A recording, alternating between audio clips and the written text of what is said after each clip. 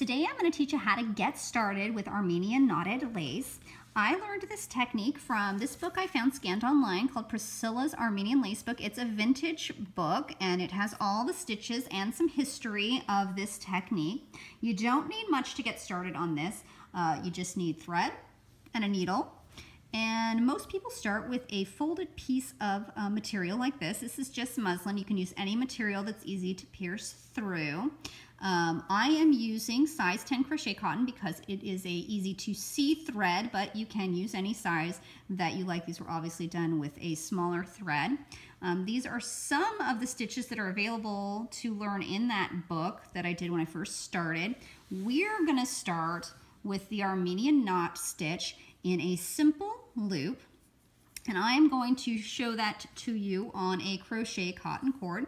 This cord is normally used for Romanian point lace, and you can find a tutorial on that online. I like it because it has these little tiny loops on the side that make it easy for me to piece my loops well.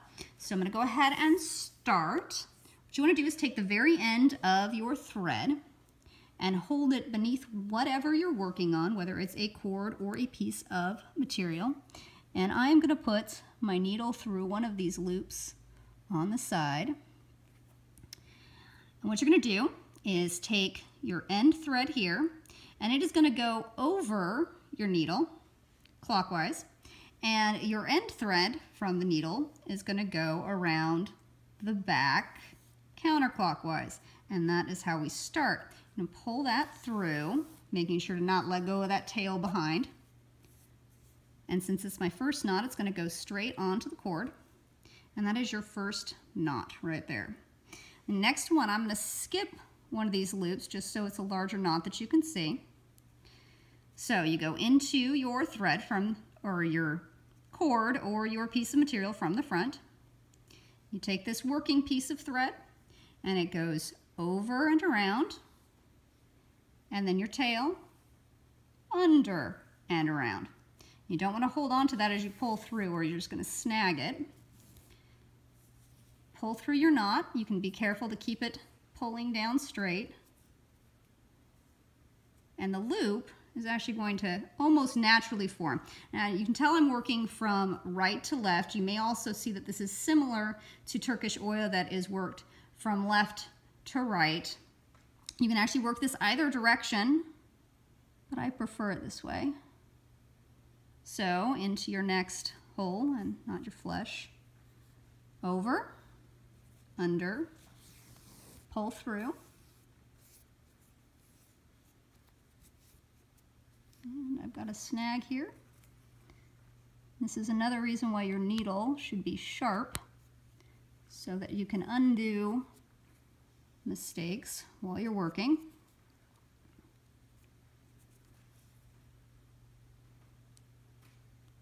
I'm just going to do a few more loops so I can show you how to go back the other way.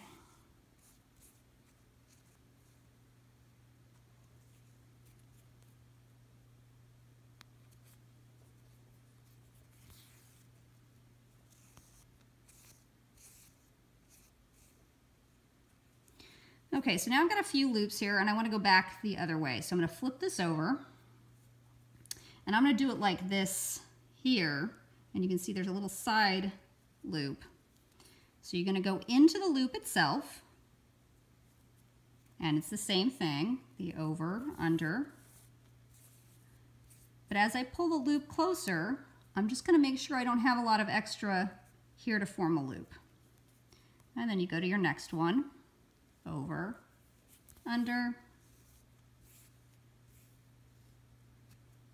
and you can see I didn't even have to work to turn that into a loop, but if your loops aren't forming, you can stick your needle into the loop and pull them tight.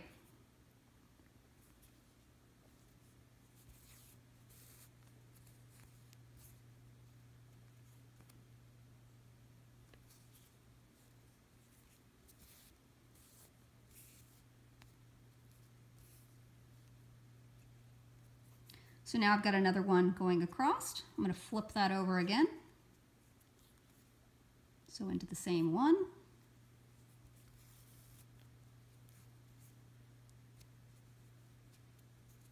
tight.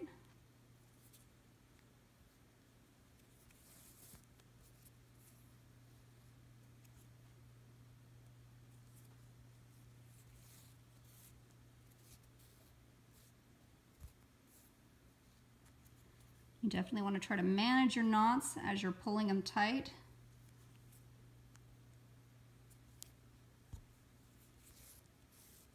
And I use about a 2-yard length of thread when I start, just so it doesn't get so long that it tangles while I use it. You may want to start with an even shorter length of thread until you get used to it. Okay, so now you can see I've gotten all the way to the loop. There's a stitch where you actually start here and come down and keep going like that to make little pyramids. But I'm going to stop here because I just wanted to show you how to get started. Now you're thinking, how do I end this? You just cut it off. I use a product called Fraylock to put a little dot of glue on my knot, and I let that dry before I cut it off.